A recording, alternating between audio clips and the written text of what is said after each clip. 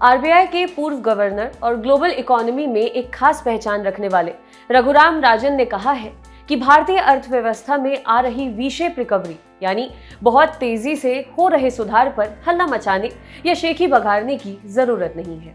India today TV के consulting editor Rajdeep Sardesai के साथ एक इंटरव्यू में राजन ने कहा, अर्थव्यवस्था को खूब गिरने देंगे तो रिकवरी हमेशा तेज ही होगी।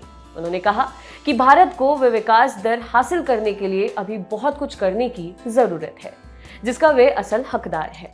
आइए आपको बताते हैं इस इंटरव्यू के कुछ अंश। राजदीप सरदेसाई ने पूछा कि अभी हम कोविड के झटकों से उबरने की कोशिश कर ही रहे थे कि ओमिक्रॉन आ गया। क्या आपको लगता है कि एक बार फिर हम अनिश्चितताओं की ओर बढ़ चले हैं? इस पर रघुराम राजन कहते हैं कि हम अनिश्चित दौर में ही हैं। हम इससे कभी बाहर निकले ही नहीं थे। पहले वायरस और फिर इसके लगातार बदलने वाले वेरिएंट। कुदरत का कहना है कि आप इसे पीछे तो धकेल सकते हैं, लेकिन पूरी तरह से कंट्रोल नहीं कर सकते। अगर आप वेरिएंट की चाल पर नजर डालें तो पाएंगे कि हम बेहतर स्थिति में हैं। अस्पतालों में बहुत कम मरीज भर्ती हुए हैं। ये वायरस भी बदल रहा है। हम नहीं जानते कि ओमिक्रॉन पहले से ज्यादा संक्रामक और घातक है या नहीं।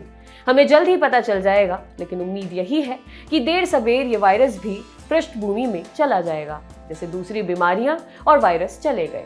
हमने वायरस से लड़ने में काफी खर्च किया। इसका अच्छा पहलू ये रहा कि बहुत से खर्चों ने आर्थिक गतिविधियों में तेजी लाने का काम किया।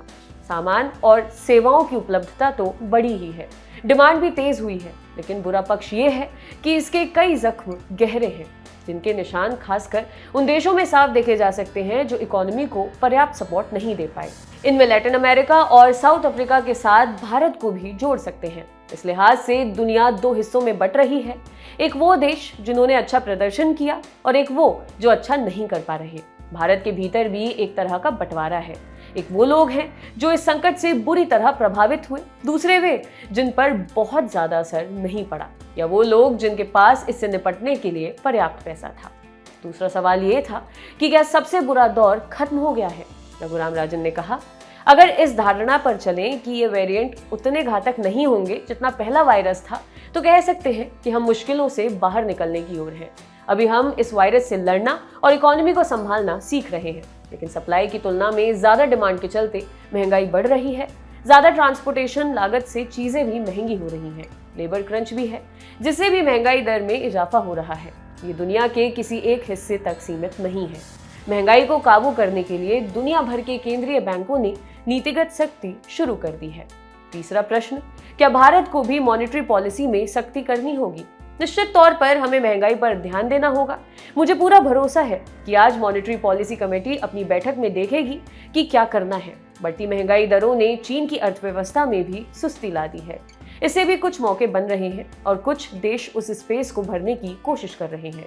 इस महंगाई के पीछे एक बड़ी वजह यह है कि कोविड से निपटने के लिए कई औद्योगिक देशों में बड़े पैकेज जारी हुए, जिससे नौकरियां भी पैदा हुई। चौथा प्रश्न था कि अगर आप आरबीआई गवर्नर होते तो क्या महंगाई को लेकर सचेत होते?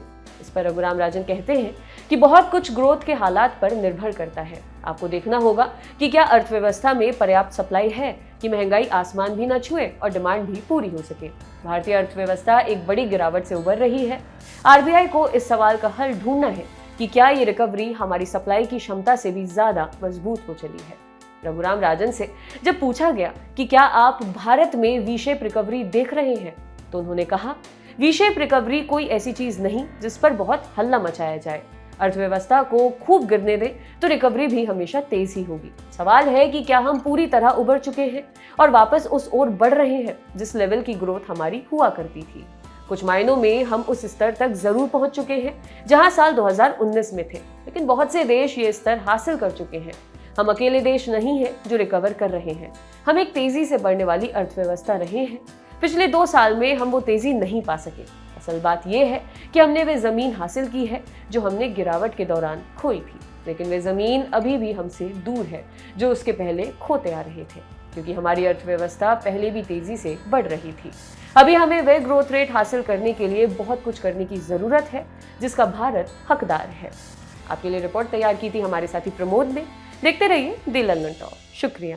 5 शहर और 5 अड्डों के बाद तब बारी है गोरखपुर की। जानेंगे गोरखपुर के और आसपास के इलाकों के पूर्वांचल के मुद्दे क्या हैं, किन बातों पर बिछेगी चुनावी बिसात, विकास के दावों का सत्य क्या है, मुख्यमंत्री के इलाके में चुनाव का हाल क्या है, और ये सब कैसे जानेंगे आपसे मिलकर। तो फिर फटाफट डिटेल्स नोट करिए लल्लन टॉप अड्डे के। तारीख है 10 दिसंबर, दिन शुक्रवार, वक्त दोपहर के 2 बजे से, और जगह गोरखपुर का विंध्यवासिनी पार्क, जिसे स्थानीय लोग मोहब्बत से वी पार्क भी कहते हैं। तो आइए वी पार्क में मुलाकात की जाए, जरा समझा जाए यूपी का हाल क्या है।